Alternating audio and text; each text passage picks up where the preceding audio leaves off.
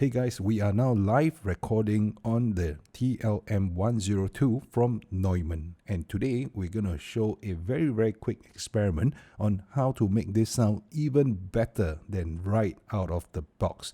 And what you're hearing now, it is actually live from the mic. It is dry signal because there's no additional processing. It is being fed through XLR cable to the Rodecaster Pro, but I've turned off all processing on the Rodecaster Pro.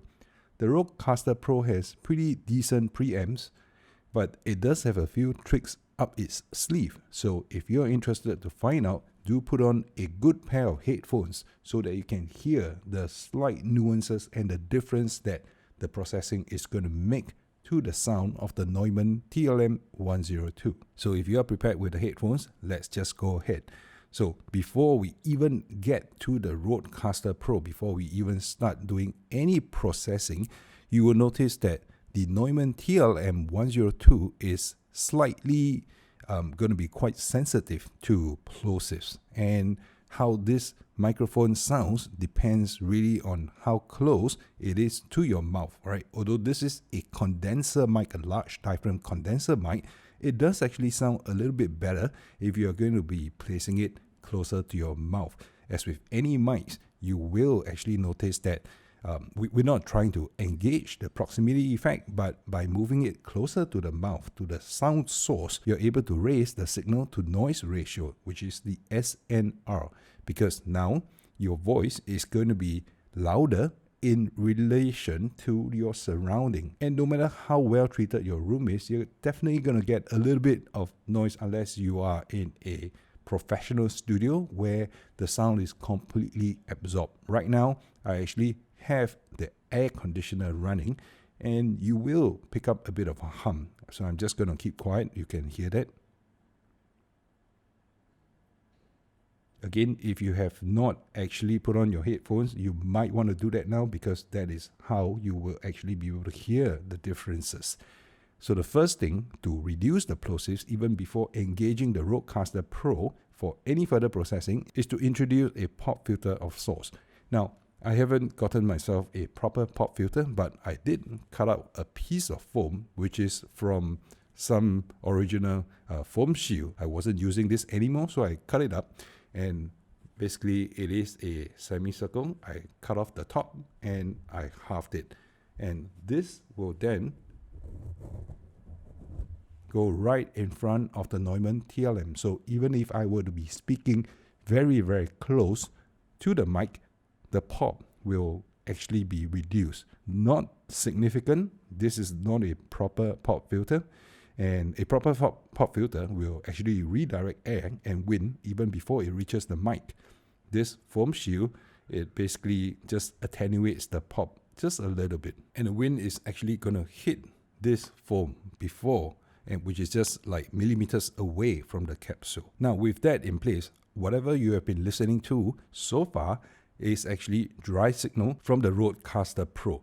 Now I'm going to turn on processing so that you can hear what the processing does. And this is the Rodecaster Pro making its magic on the Neumann TLM102. Now you may think that this sounds a little bit richer. The bass tones in my voice is actually enhanced. It sounds better to some people. It sounds more broadcasty, more radio DJ-ish. It may not fit everybody, and it depends on the voice that you are trying to enhance. If you're trying to capture a singer's voice, for example, and you want the natural tone to shine through, right? The singer has a great voice, great timbre. You may not want to apply any of this processing. Now, there's quite a bit of processing that is happening on the Rodecaster Pro that can happen on the Rodecaster Pro, but I'm not engaging all of them. There is a high-pass filter, or some will call it a low-cut filter. I have left that out so it can capture the full range of my voice. I have also turned off the noise gate. So the noise gate is not going to kick in and out to try to reduce the passages. So if I keep quiet, you will still hear a certain degree of noise that is coming through because the noise gate is not activated. The de-esser, however, is turned on because this mic tends to lift a little bit of frequencies that is above 6-7 kilohertz, and that could sound quite harsh and quite fatiguing. especially on the spoken word. Now, this is not something that you want to do on female vocals if they are recording. So I would suggest that you use that with a bit of judgment. And next is the compressor. Compressor is commonly used among streamers who are actually gaming because sometimes they can sound really, really loud. Sometimes they can start whispering to themselves without them even noticing it. And the compressor will boost the low sounds and reduce the loud sounds so that it gets within a certain amplitude range. But I've turned that off because I am used to recording, so my voice, the amplitude, the loudness, the volume is actually pretty well controlled most times. And the last thing is effects. So effects is a feature set that is available on the Rodecaster Pro, and that is the one that makes a lot of changes to the sound profile. And the effects effect has two things. One is aura exciter and the other one is big bottom. So aura exciter is the one that brings back a bit of sparkle, a bit of air into your recording, and it makes the spoken word a little bit brighter in general.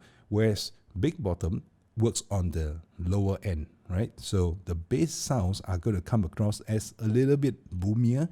Some might or might not like the effect, and on some voices, on certain voices, it's going to accentuate the whole bottom end to the point that it may sound like a little bit boomy, so it may not be the effect that you're trying to engage. Now I'm going to turn on and off the de-esser so you can hear how this sounds like. So you've been listening to the de-esser on the whole time since I turned on the processing, and this is with the de-esser off. This is with the de-esser off. This is with the de-esser on. This is with the de-esser on. So the next thing I'm going to turn off and on for you is the aura exciter under the effects onboard effects.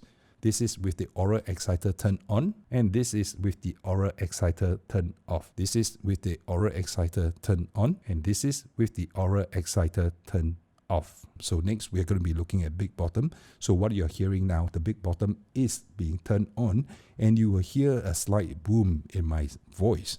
This is with the big bottom turned off. This is with the big bottom turned on. This is with the big bottom turned off, and this is with the big bottom turned on. So let me know how you like the processing on the Neumann TLM102 condenser mic. And if it makes it sound better, happy to help. If it doesn't sound better, then leave the signal dry from the Neumann TLM102 because on its own out of the box, it already sounds fantastic. But I will still recommend the use of some kind of proper windshield or foam filter for reducing the pops on the Neumann TLM102. I'll see you in my next video.